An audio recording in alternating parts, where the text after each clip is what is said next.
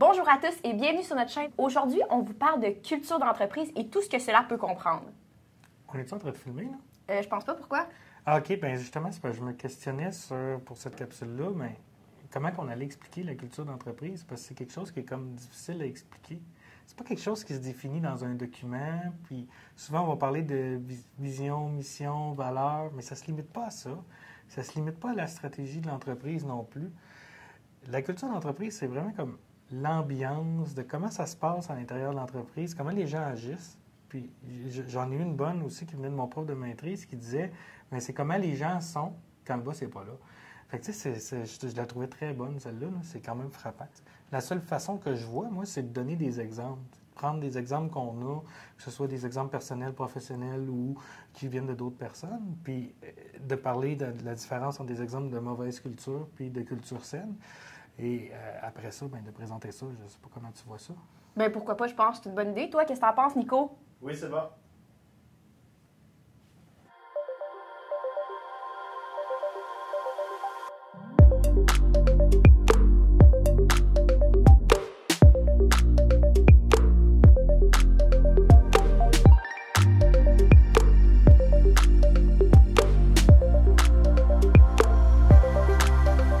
Commençons en définissant vraiment c'est quoi la culture d'entreprise. En gros, c'est l'ensemble des comportements qu'il y a au sein de votre organisation. Les pratiques, les rituels, les valeurs, les croyances. C'est vraiment qu'est-ce qui va guider les agissements de vos employés. Puis en plus de ça, c'est comment un peu vous définissez l'identité de votre organisme. On peut se demander concrètement, c'est quoi ça, la culture d'entreprise? Posez-vous la question, est-ce que ça se peut qu'il n'y ait pas de culture d'entreprise au sein de votre organisation? La réponse, c'est non. Donc, votre responsabilité, c'est vraiment de l'orienter vers ce que vous désirez qu'elle soit. C'est pour ça que c'est vraiment important d'adresser la culture d'entreprise puis de prendre du temps. Votre culture d'entreprise, c'est vraiment l'identité de votre organisme. La première étape, c'est vraiment de définir mission, vision, valeur. C'est vraiment ça le point de départ.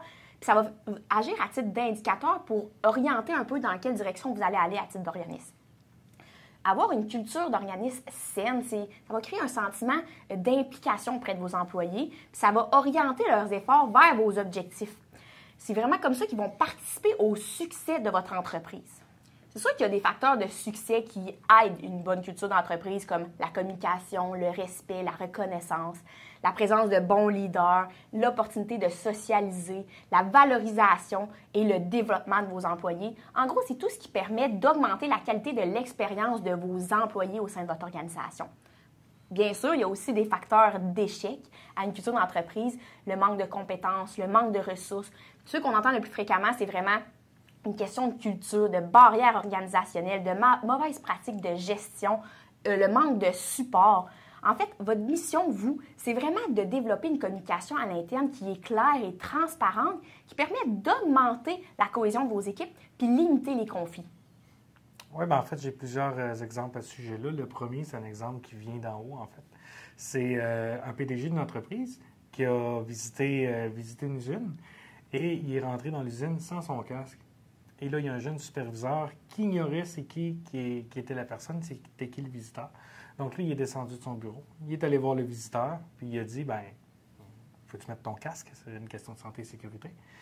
Et à ce moment-là, ben, on a informé le jeune superviseur, bien, c'est le PDG de l'entreprise. Et lui, je vais le citer, il a dit, bien, sous mon corps, c'est ma shop, puis dans ma shop, on ne se promène pas de casque. Donc, lui, il s'est fait avertir par la suite par le PDG lui-même de dire, bien, mêle-toi de tes affaires. Et, tu sais, c'est un exemple de culture qui est peut-être mal véhiculée. Donc, le superviseur s'est fait étouffer dans sa position de leader de promouvoir la santé et la sécurité. C'était une belle occasion pour le dirigeant de réitérer cette valeur-là pour son entreprise. Et il n'y a personne qui va être surpris d'apprendre que cette entreprise-là avait des difficultés avec la santé et la sécurité. Donc, vraiment, les dirigeants en haut ont vraiment des impacts sur ce qui peut se passer sur la culture d'entreprise. Un autre exemple de dirigeant encore plus haut cette fois-ci, c'est évidemment l'exemple d'Elon Musk qui a acheté Twitter au coût de 44 milliards de dollars à l'automne 2022, la modique somme, si on peut dire ça comme ça. Et la journée du rachat, ben, ce qu'a fait Elon Musk, c'est qu'il a véhiculé le message qu'il allait avoir des licenciements massifs qui allaient être effectifs sur le champ. Donc, évidemment, ça a créé un paquet de problématiques. Entre autres, il y a eu une fuite du code source qui a été fait. Donc, pour ceux qui sont dans l'industrie des technologies, ils savent que c'est la chose la plus précieuse que possède une entreprise technologique. Donc, il y a eu une fuite qui a été faite. Déjà, en février 2022, l'entreprise était passée de 7500, de février 2023, je m'excuse, était passée de 7500 à 2000 employés. Donc, c'est plus que le tiers de l'entreprise qui était déjà parti. Mais d'un autre côté aussi, la valeur de l'entreprise avait passé de 44 milliards à 20 milliards. Donc, c'est plus de 50 d'achat en moins d'une année. Donc, c'est immense. Et dans les dernières semaines, il y a eu 3 directeurs qui ont été licenciés au moment du rachat, qui ont décidé de lancer des poursuites. Donc, c'est 3 poursuites de plus d'1 million de dollars chacune. Donc, on ne sait pas comment va se terminer l'histoire. Ça bouge encore, c'est encore d'actualité. Et à suivre, qu'est-ce que ça donne, cet exemple-là, d'imposer une culture d'entreprise sans nécessairement impliquer les gens qui sont déjà. Et si on peut y aller, peut-être avec un exemple plus de culture saine, en fait, c'est un exemple justement que parfois, c'est les plus petits projets qui peuvent donner, c'est surprenant comment ça peut donner le plus de bénéfices. Cet exemple-là, ça concerne un opérateur de pont roulant. Et lui, il travaillait et avait besoin fréquemment de se pencher par-dessus une rambarde pour être capable de voir qu'est-ce qui se passait en bas avant de faire ses opérations. Une suggestion qui avait été amenée, c'était justement de mettre un miroir pour que l'opérateur puisse voir ce qui se passe en bas sans se pencher. Donc, au début, la direction était un peu sceptique de dire comment une simple banalité comme ça peut donner des résultats. Et de son côté, l'employé était très, très, très enthousiaste. Et à partir du moment que ça a été mis en place, non seulement l'employé, tout de suite, l'opérateur a dit ça améliore la qualité de mon travail, ça améliore mon confort. Mais en plus, ça allait améliorer ses performances parce qu'il était plus efficace. Il avait moins besoin de se pencher puis il voyait continuellement ce qui se passait en bas. Donc, c'est des exemples concrets là, de la différence entre une saine culture et une culture qui est un petit peu plus négative. Je pense que ce qu'il faut comprendre de tes exemples, c'est vraiment que les premiers à devoir incarner les valeurs de l'entreprise, mais c'est les dirigeants. Par exemple, tu as la valeur du respect dans ton entreprise, mais il faut qu'à tous les niveaux, dans tes discussions, dans tes actions, cette valeur-là paraisse. Autant dirigeant vers employé, employé vers employé, puis avec le client aussi. C'est pas seulement de définir mission, vision, valeur, puis de l'afficher dans ton entreprise. Il faut vraiment que le message, il se doit d'être intégré, véhiculé et encouragé, puis c'est à tous les niveaux. C'est vraiment pour ça que la culture d'entreprise, c'est une étape vraiment importante. Et en fait, justement, la démarche de définir la mission, vision, valeur, c'est une démarche qui doit être prise au sérieux. Et c'est un moment de réflexion, puis c'est un moment aussi qu'on peut partager avec l'ensemble des employés de l'entreprise ou de l'organisation. Et d'ailleurs, c'est ce qui permet aussi de fixer des objectifs à long terme pour l'entreprise. C'est un objectif qui peut être mis en commun à travers tout le monde. Et évidemment, oui, au fur et à mesure que l'entreprise va évoluer, ça se peut que la vision change, les valeurs se transforment, c'est normal. Mais ce qui est important, c'est de maintenir une culture d'entreprise saine et ça va suivre très, très, très longtemps. Donc, c'est quelque chose qui est vraiment essentiel et qui doit transparaître. Et Marie, je pense que tu l'as déjà mentionné, mais on ne dira jamais assez, c'est ce qui vous définit. C'est ce qu'on veut, c'est ce qu'on va entendre, c'est ce qui va se dégager quand les gens vont parler de votre entreprise, quand vos employés vont parler du climat de travail à l'interne. Et c'est quelque chose qui vous distingue autant que vos produits ou vos services. Exact. J'ajouterais même aussi que l'opinion de vos employés doit être considérée dans cette démarche-là, parce que c'est important que tout le monde puisse s'y reconnaître. Je donne l'exemple d'une équipe sportive. Eux aussi ont une culture au sein de leur équipe. Les joueurs, les entraîneurs, puis même les fans, ils intègrent cette culture-là. Donc, si on donne l'exemple qu'un matin, un joueur décide que lui, il décide de ne pas suivre le plan de match.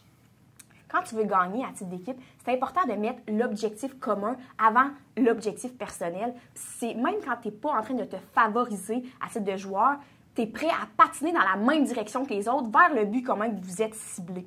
Ça, c'est avoir une culture saine puis solide. C'est vraiment accepter son rôle dans l'atteinte d'un objectif global.